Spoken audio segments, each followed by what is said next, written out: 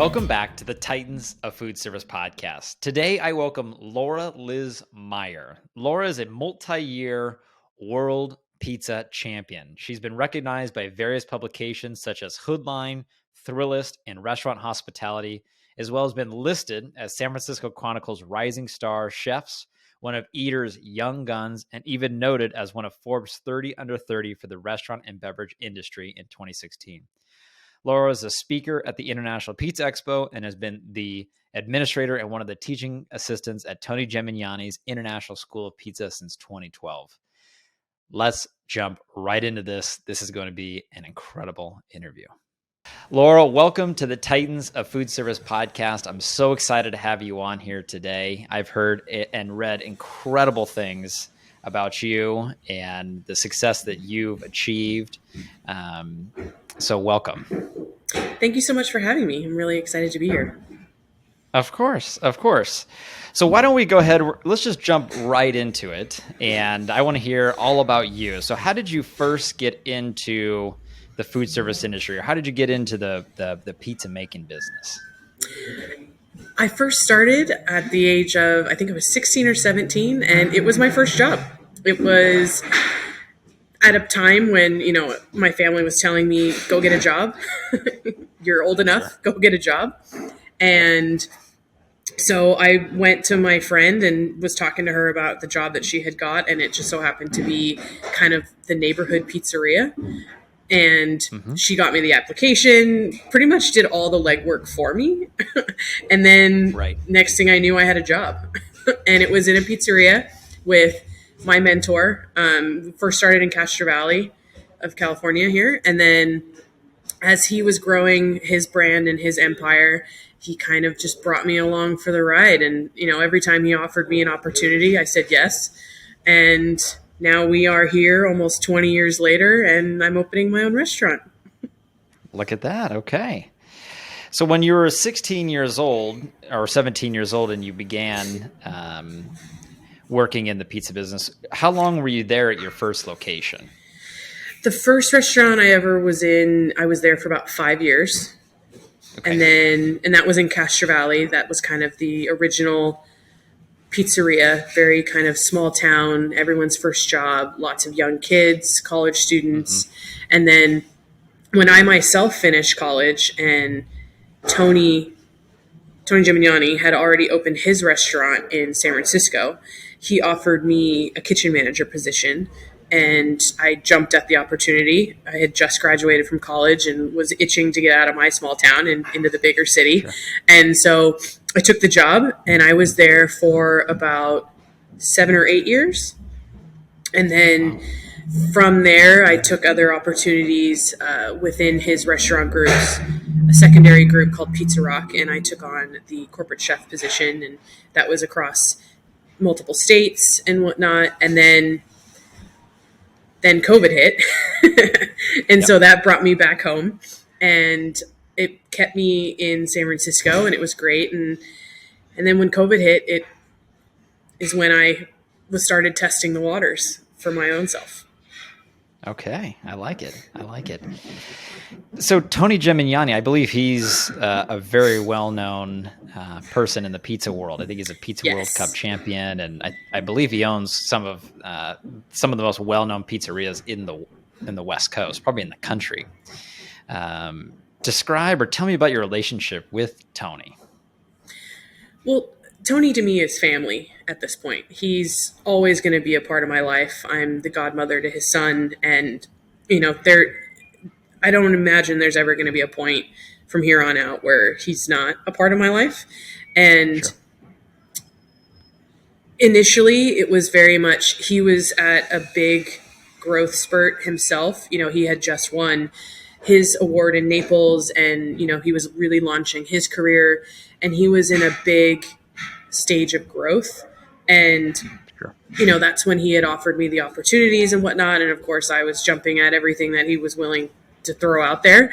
And it's been a crazy and wild ride ever since then, just because, as he was learning and as he was growing, I was learning and I was growing.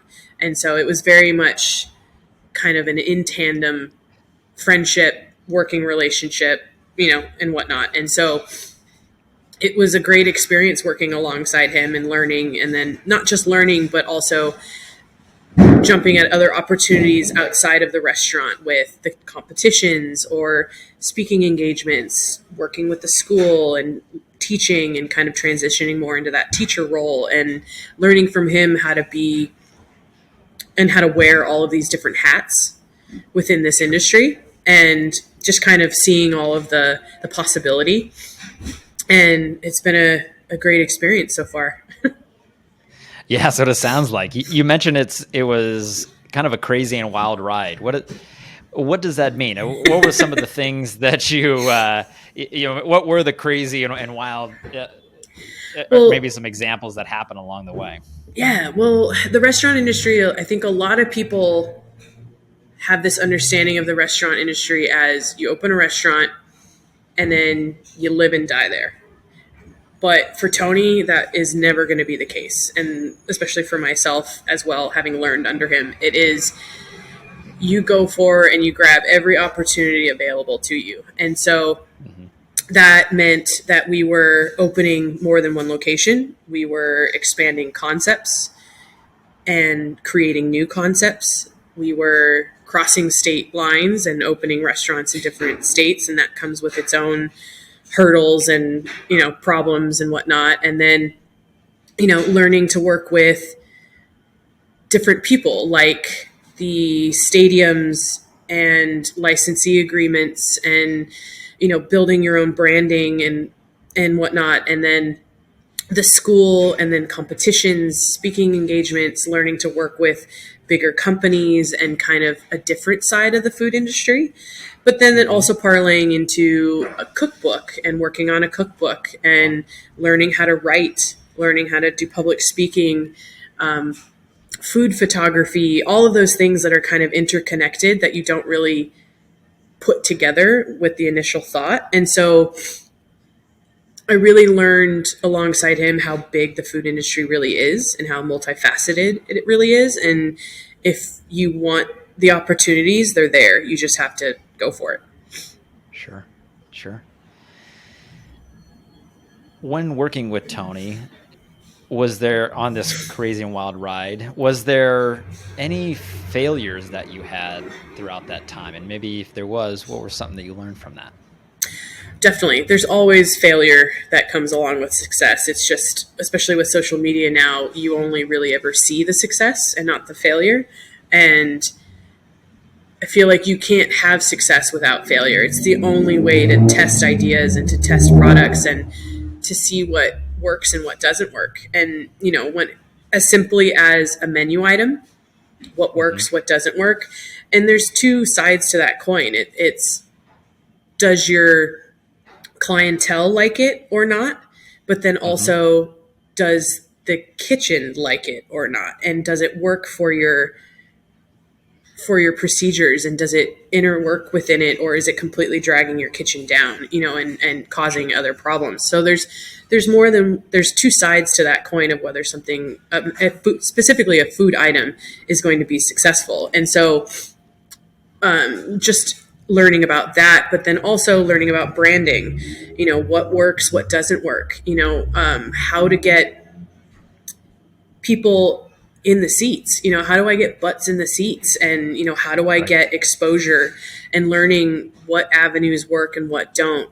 Social media plays heavily into that. So it's, learning how to kind of interweave between social media platforms, and at what time of day does visibility increase versus others, little things like that.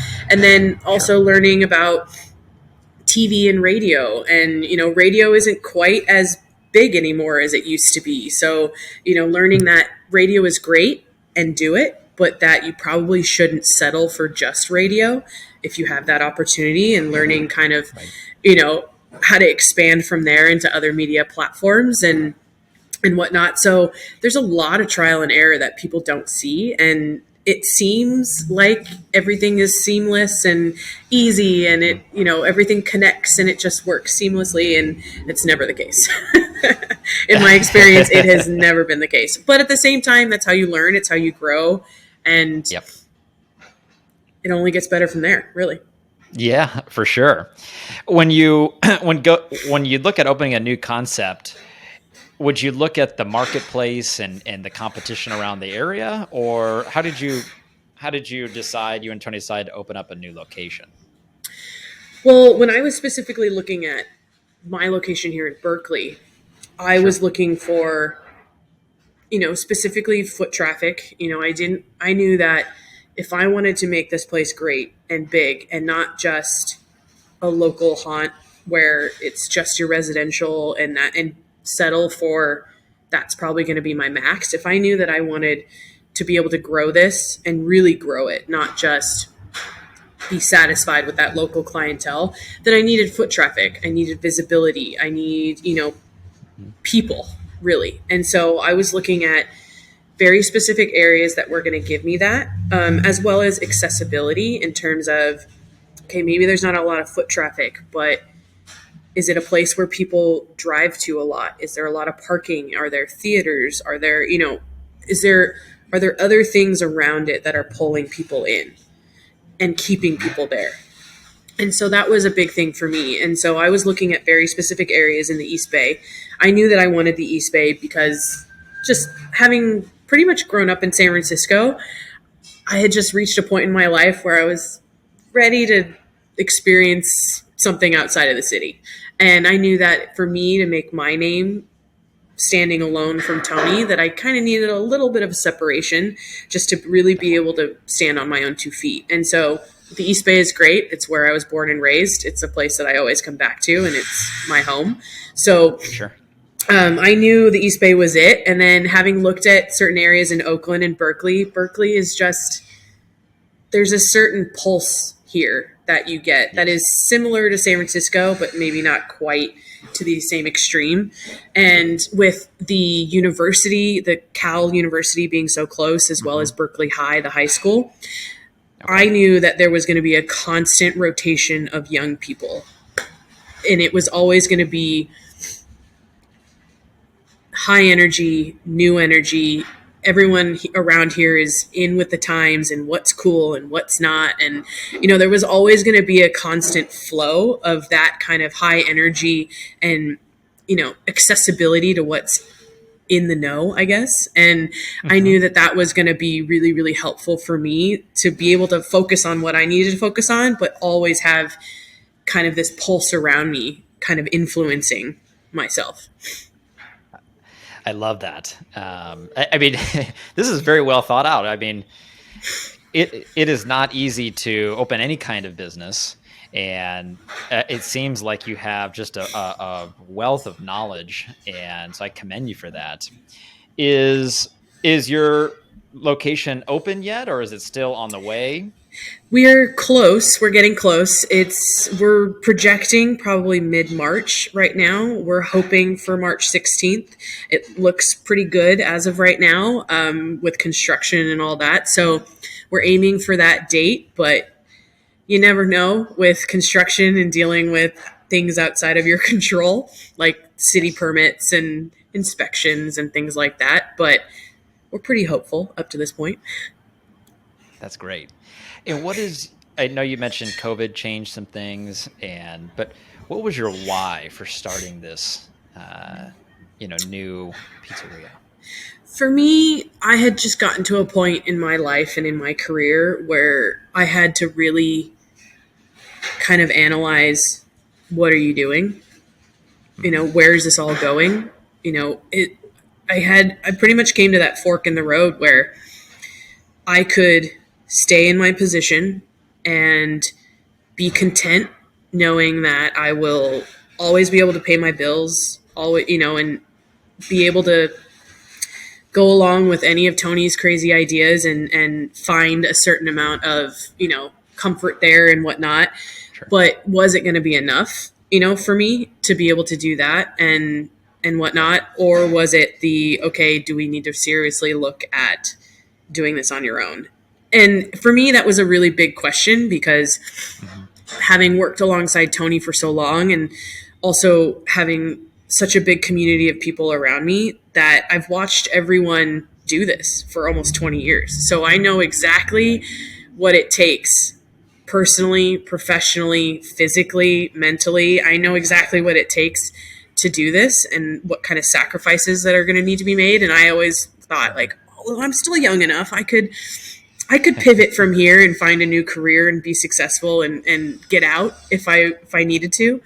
But knowing myself, I knew that there's no way that I've gotten this far in my career and done as much as I have to turn back now. And I always knew that it was going to be probably the one regret I had if I hadn't tried it. And so, there's nothing that says that I opened this one and that's it. Knowing me, that's probably not it.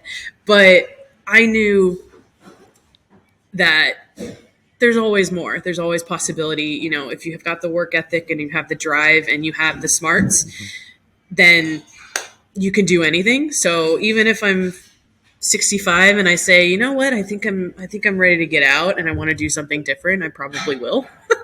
Yeah. Start a new career at 65. It sounds great, right? Yeah, of course. Yeah. So I knew that this was going to be the one thing that I would regret if I didn't do it. Oh, yeah, that makes sense. I totally get that. When it comes to the style of your pizzeria, what is going to make your pizza different than other operators in the area? Well, a lot of pizzerias these days, granted it's changing a lot, but most pizzerias, they sell one style and that's it. Sure. They execute it great or to the best of their ability. They evolve within that one style, but that's it. Whereas what I grew up with and the restaurant that I grew up in, possibilities are endless, and at Tony's in San Francisco, they execute, I want to say 13 to 15 different styles of pizza on any given day. And having helped build that structure and having helped build that system and knowing what's possible, as well as that style of restaurant of you have a good mix of locals and people who drive in to see you. And, you build a community and you build this kind of place that kind of straddles the line between formal dining and casual dining. And, I knew that was the kind of place that I wanted to build for myself. I feel like I'm that kind of person that straddles the line of formal and casual. Most days I'm wearing Nikes and a t-shirt. But I can dress up and be formal if I want to. And, that's the kind of place that I wanted to build. So a multi-style restaurant was always going to be the case for me. So 4 styles of pizza is what we're starting with. And I feel like to most people, that's probably a stretch, but for me, that's keeping it simple. So right. we're starting there, and then who knows where we go from there. Well, good. When it comes to cooking different styles of pizza, is the cook time and prep, is it similar, or is each one of those 4 vastly different from one another? It can be as simple or as complicated as you want it to be. I think some of it is going to depend on what is your end product? What is it? What is the end product you're looking for? And then you work backwards in terms of, I know how to make one dough that serves them all. I know how to kind of make one thing and do different things with it, depending, and change the procedure and change the technique. Right. Or I could go the completely complicated route and make a different dough for every style and have a different procedure and have a different everything and make it as complicated as I want it to be. So I think it all just kind of depends on what you're looking for, how complicated or how simple do you want it to be, and then go from there. And, I'm kind of doing a mix of the two. I definitely have one dough that is a multi-style dough, where it can do a lot of different things, but just change the technique and change the application. And, I have an oven that can kind of accommodate all of these things. I'm working with an electric oven. So an electric oven has a lot more capability to manipulate depending on what you're looking to do. So I can accommodate multi-styles. I'm not stuck to one temperature and that's it. With a lot of wood burning ovens, a lot of people get stuck within that. They stick to this Neapolitan style, high temperatures, but there's not much else that can cook at that 900 degrees. So you're you Right. put yourself into a box without knowing it. And, whereas I'm going to be cooking at a little bit of a lower temp, but I also have more than one deck at my disposal. So I can cook at 3 different temperatures all at the same time, 3 different styles of pizza all at the same time. So it all kind of depends on how complicated you want it to be. Yeah, that makes sense. Are you going to use a lot of the same ingredients that you used in your past experiences, or is it going to be all new vendors? I'm going to be using kind of a mix. There's definitely a small part of me, being that I was a kid when I first started. I was a teenager. There's definitely a small part of me that wants to change everything just because I don't want to be like dad, in a sense. Sure. That there's that small childlike feeling of wanting to be different, but at the same time, I have a very much an understanding of the ingredients that we used and a respect for the ingredients that I used with Tony, and there's a reason why he uses them, and that's because they're great. So there are going to be some ingredients that are very similar. Some of the brands might be different and whatnot, depending on that might change on my tastes, and Right. also just the different flavors that I put on the pizzas themselves are going to vary. It's not going to be a duplication of his menus entirely, but yeah, there are going to be some similarities because there's no way that I wouldn't have any similarities to him. Of course. Of course. Going back to the beginning, and you mentioned college. Where did you go to school? I went to SF State. Okay. What'd you get Yeah. your degree in? Culinary based or? No, I actually have a degree in history. Oh, wow. Okay. It actually makes Anytime. more sense. It makes more sense than it sounds. Because I'm sure. I didn't know it at the time. I didn't intentionally study history with the thought of, oh, I'm going to go into restaurants, and figure out how to connect the two. It was more of a, my parents were always pushing me to do what you love. And, when it came time to having to pick a major, of course I knew that I wanted to help people and I wanted to interact with people. And so I thought about the health field and, maybe become a nurse and all these things, but you're terrible at science and you're terrible at math and you hate it. So why are you doing it? And so I went for the thing that I liked the most, and that was history. I love to read. I love to write. I love learning about people. And honestly, what always keeps me coming back is I'm always fascinated by what makes people tick and what makes people react and do the things that they do. And usually a lot of the times it comes down to culture and food and language. And history was that. And, I studied Italian at the same time. I studied abroad in Italy. And, I compete in Italy every year. So I'm still able to use my language and my connections, and it all kind of connected. I didn't know it at the time, but now sitting with my career and kind of analyzing all the things that I do, I was like, wow, I put this together really well, and I didn't do it intentionally. Right. Yeah. All the pieces kind of fell into the right spot. Yeah. When you studied abroad, you went to, where in Italy did you live? I was in a town called Pavia in the north. It's about 30 minutes south of Milan. And the connections that SF State had, I had the option to either go to Florence, where it was probably going to be a little bit of a shorter program. It was more of a 6-month program, and all of the classes were in English. And I've always gone the harder route. And it's always, I don't intentionally choose the harder route. It's just something that I always tend towards. And of course, I went for the longest program I could find, as well as no English. So I was thrust into a university that spoke no English, and all my exams were oral. And that was a rude awakening as an American student. Wow.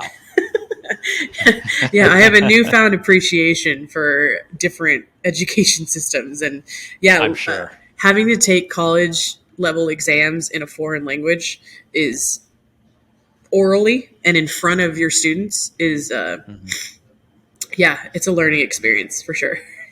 Absolutely. I'm currently learning Spanish. I've always wanted to learn Spanish, so I have a tutor that I meet with a few times a week in the evening, and we just talk in Spanish about, whatever it may be. And it is, when I first started off, it's scary to do that, and I can't imagine doing it in front of others, standing in front of others and doing that as well. It's humbling, when you were there, to say the least. Absolutely. When you were there, did you live in a home with native Italian speakers, or were you in like dorms with other American students? How did that work? I lived in an apartment, so I did not live in a dorm. But my apartment, was actually an interesting mix of people because there were 5 of us together, and it was me and one other American. But then there were 2 Italians, and then a girl from Mongolia, of all places. Wow. Yeah, so it was a very interesting living arrangement because it was a culture clash to the extreme. Yeah, no kidding. Yeah, I mean, we all got along for the most part. There weren't any arguments or anything like that, but you could definitely tell that there were silences purely because we didn't really know how to communicate with each other at first, and then you also just not sure what's appropriate and what's not. And so, yeah, it was interesting, but you can't help but learn in those kinds of definitely. situations. Definitely. When I was in college, I too did a study abroad. I went to Florence, and that was such it was an experience that I now tell people when you're going through college, like, just take the time and go. You may never have that opportunity in your life again to do that. And my roommates were 2 American roommates, and one of them, he ended up getting, he was a little crazy, and he ended up getting deported. No. Yeah, poor guy. But it was such a fun experience, and learning the different culture. I do regret not having a similar experience like yourself, where I live with Italian speaking or native Italian people, because I think that would have really enhanced my experience there. But I got to travel around quite a bit and throughout Italy and some of the other surrounding countries, so that was a lot of fun.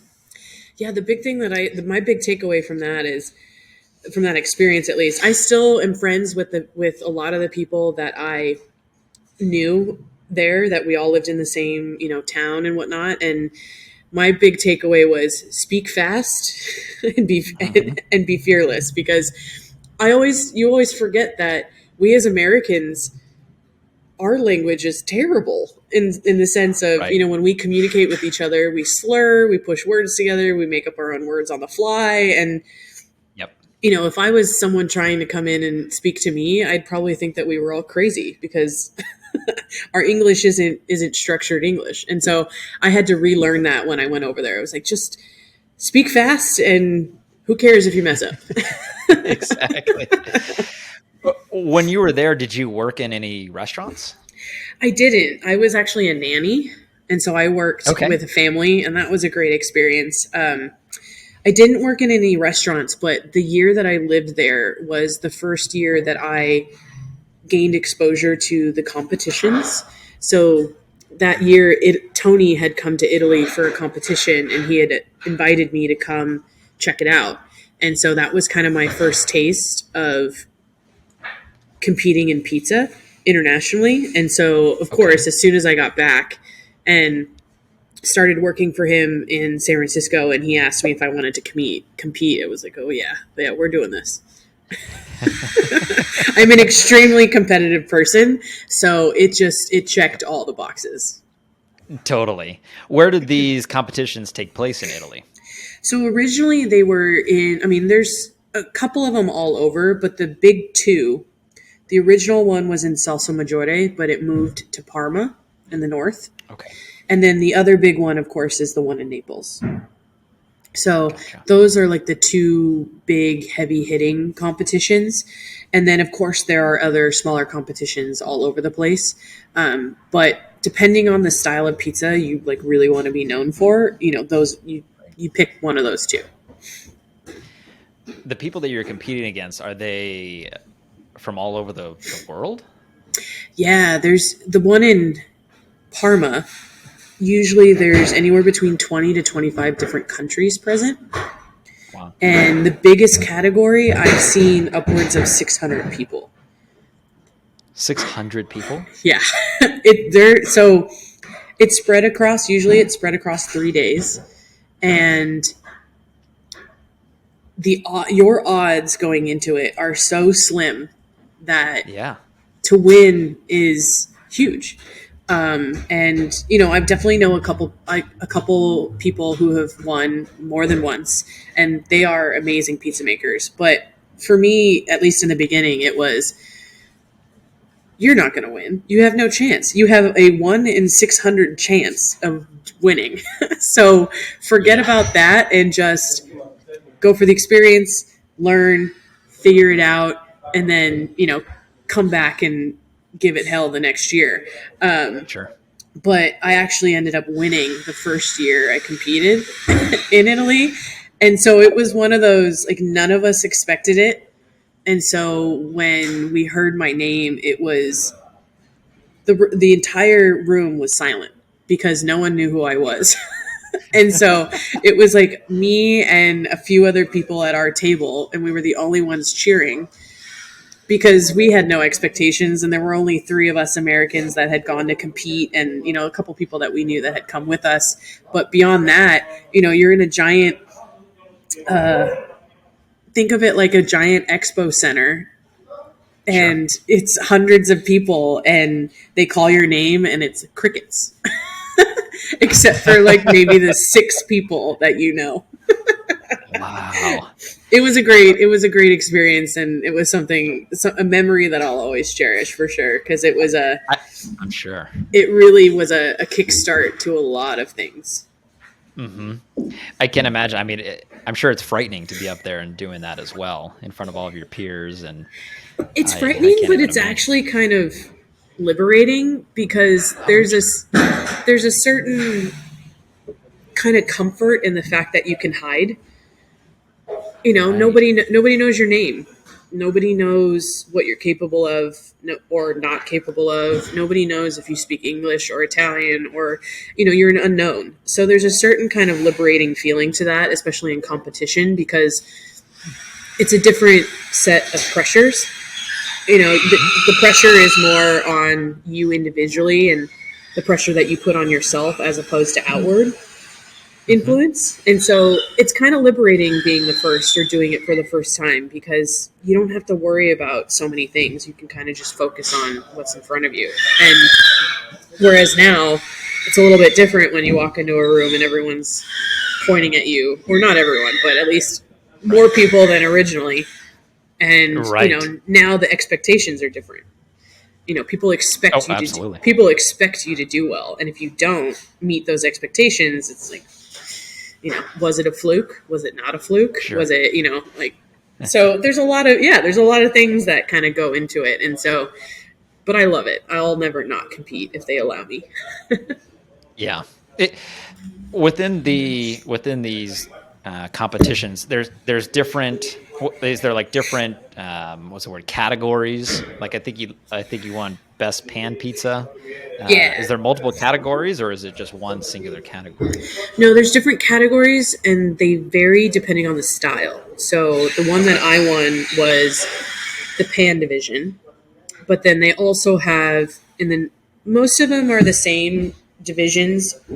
Usually you have a Neapolitan division, in which it's always called an STG, in which STG is a very specific set of rules, and it's the more traditional route. So you have to, your technique has to be a certain way, all that, it's a very regimented category.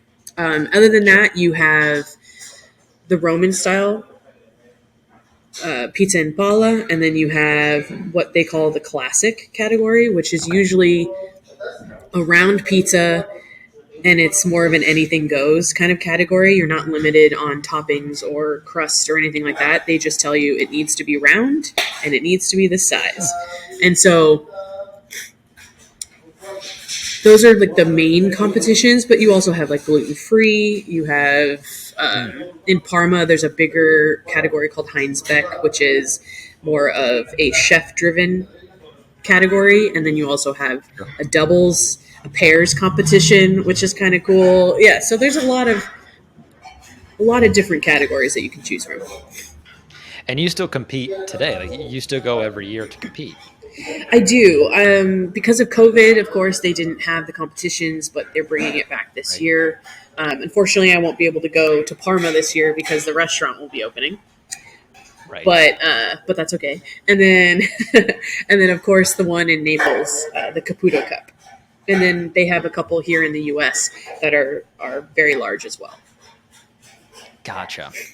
And over the weekend, I think you mentioned it's 3 days and 600 people. Is there like levels that you need to pass, or you're out, or how does that go? Nope. No, I mean, it's not always 600 people. Sometimes it's less. Sure. Usually you see an average of anywhere between 400 to 500 people. Okay. But even still, you have one shot. You get one shot. And especially in Italy, you get one shot, you make one pizza, and then that's it. They hustle you in and they hustle you out, and they give you, I think it's 12 minutes from start to finish. And there's actually there's a group of judges that stand there with a stopwatch, and they watch your technique and they time you, and then when you're done, they pass you off to the tasting judges. So there's a lot to it, and they mean business over there. The pizza competitions are tough. I'm sure. Yeah. Have you done the competition at the International Pizza Expo in I Vegas? have. Yeah. I won the non-traditional division in 2014. That's coming back up. I typically I usually go to that every year because I have different vendors and clients that I work with that attend, and It's a great show. Yeah, it really is. And I've seen bits and pieces of the competition. I haven't ever just sat there the whole time and watched it, but I know it's a lot of energy. It's kind of, they build up a little stadium there, and it's pretty fascinating to watch people. I always recommend, if you have any desire, even an inkling of a desire to compete, watch it and then participate in it. It's not for everyone, but Sure. You've got nothing to lose, honestly. You really don't. And there's so much marketing that can come from it in terms of, like, yeah, it's great if you win, but even just participating is huge, Sure. especially for a lot of small businesses. Just knowing that you are going up against some of the best pizzerias and pizza makers in the country and potentially the world, and you're throwing your hat in the ring. And even if you only place top 10 or top half or whatever, there's so much that can come from it. And For sure. the worst case scenario is you don't win, and then you come back next year and you just don't tell anybody. Exactly. As you said, it's kind of liberating. People may not even know who you are. Yeah, there's literally nothing to lose. Yeah, I love that. Going back to COVID, since COVID, is there a new belief, behavior, or habit that has most improved your life? That most I mean, the restaurant was a pretty big thing that came out of COVID. That is improving my life for sure. But more than anything, COVID just kind of confirmed how stable of an industry the pizza industry is, in the sense that you could literally shut down a dining room and the pizza industry is better. Right. Because it is pizza is a food that will never go away. It will never die. And it is such a food that is known to everybody. It is everyone's comfort level food. So takeout and delivery will always survive. And it will always be the top item that people go to. It is that comfort food. And it can be gourmet. It can be super gourmet. You can put caviar and gold and lobster and all of these high-end items, but it can also go the complete easy route of cheese and pepperoni, and you can straddle the line of both things. So it only confirmed to me that I was in the right industry and that I am in the right industry. And, this is something that will always be around. Right. A lot of other items within the food industry really suffered during COVID because it requires an in-house, pool of people. It required in-house dining. And when that's taken away, can you survive and can you pivot? Pizza can. Yeah.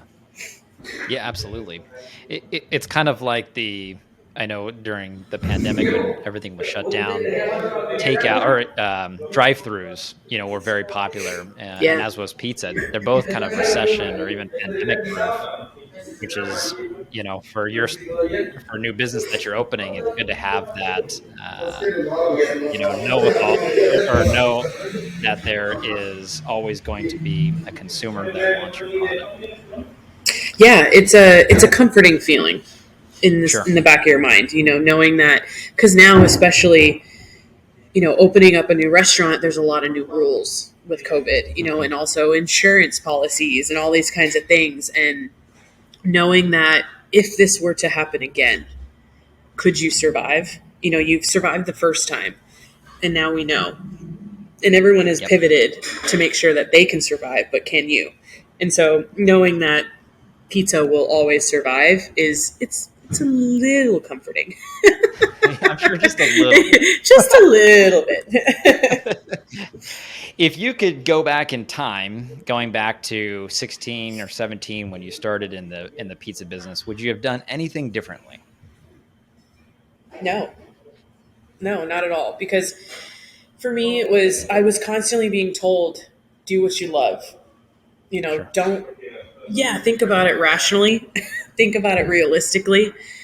All of those things that, I take into consideration now, survival, you got to be able to pay your bills and all of that things. But at that age, I have a really supportive family. So they were constantly pushing me to do the things that you enjoy the most and then figure out how to make something of it, as opposed to get a 9 to 5 job and pay your bills and then figure out how to enjoy it later. So I wouldn't have changed anything, not one thing. I love that. There has to be so many people out in the world that want to be like you one day, and I think you've had such amazing life experiences. What advice would you give to somebody that wants to achieve the success that you've achieved?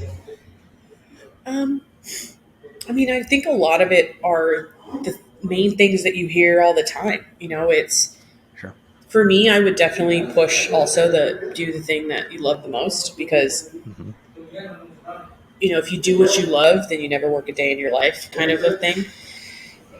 Because I enjoy my job. I work really long hours, and I'm on my feet, and sometimes I have really mean people yelling at me because their pizza wasn't hot enough, or whatever the case may be. But at the end of the day, I still love my job, and it's something that doesn't carry over to the next day, like the feeling. And I would also advise, like, you got to really know what you're getting into when you get into the restaurant business. I've taught and I've talked to a lot of people that Hmm. are getting into this business purely because of the numbers. They look at pizza and they say, well, this has a high margin on it. I can make a lot of money off this. There's a high profit margin here in terms of, product to what I can sell it for, or to adding alcohol on top of that. They see the numbers and they see money, but they have Absolutely. no idea what it actually takes to run a successful business. And then Hmm. a business that can stand on its own, but then a business that's also one that is worth growing. It's a concept that's worth growing. It's a brand that's worth growing. And there's a lot of work involved in that. And Oh yeah. I think a lot of people get into it with the wrong reasons, for the wrong reasons. And, you kind of have to take a hard look at it, because your life will turn way upside down when you do. Yes. But honestly, I would just keep telling people, like, know what you're getting into, but go for it. There's no Yep. reason. If you have the will to do it, you will find a way. And Yeah. especially when I talk to young people and young females as well, Mhm. the thing that I always am telling them is, you need to be in the room.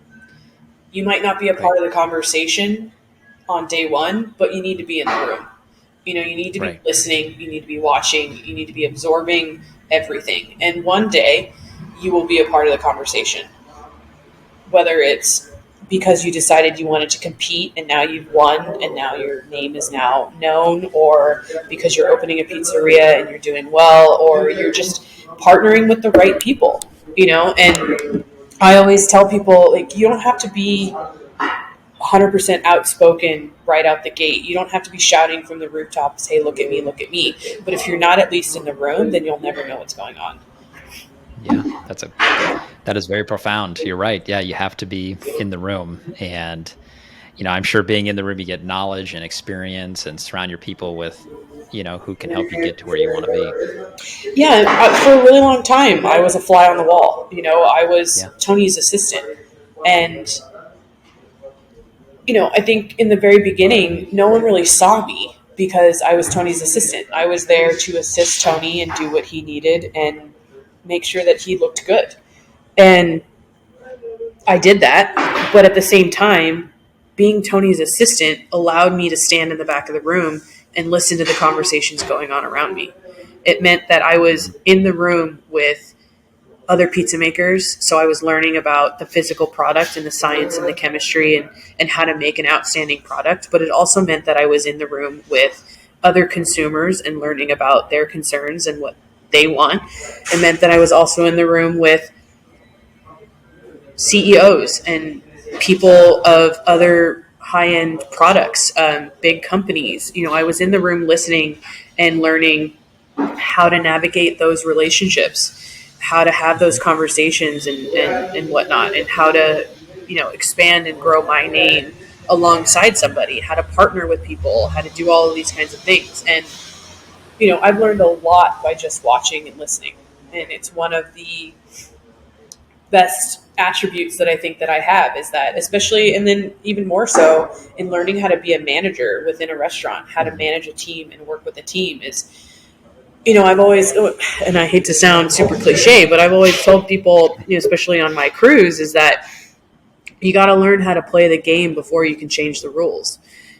Right. And when it comes to, learning people's personalities and what makes them tick, you're going to be a better manager for it by learning, okay, this person does well by physically showing them. This one does well by telling them.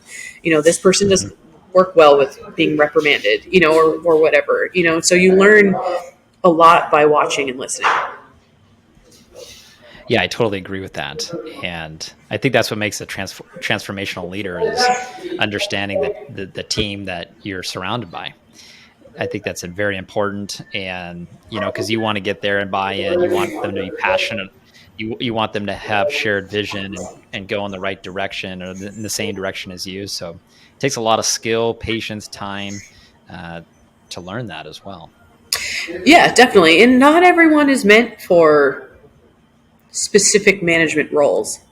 Not everyone is meant to do the books and the numbers, and vice versa. Not everyone is meant to be the face, so Yeah. there are different, areas where you can succeed, but learning what you're good at and what you're not good at. And for me, especially with opening this restaurant, it was go find the people that are smarter than you and like doing the things that you don't like to do.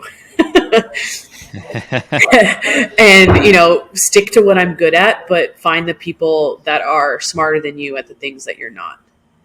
Yeah, And definitely. that was my main objective.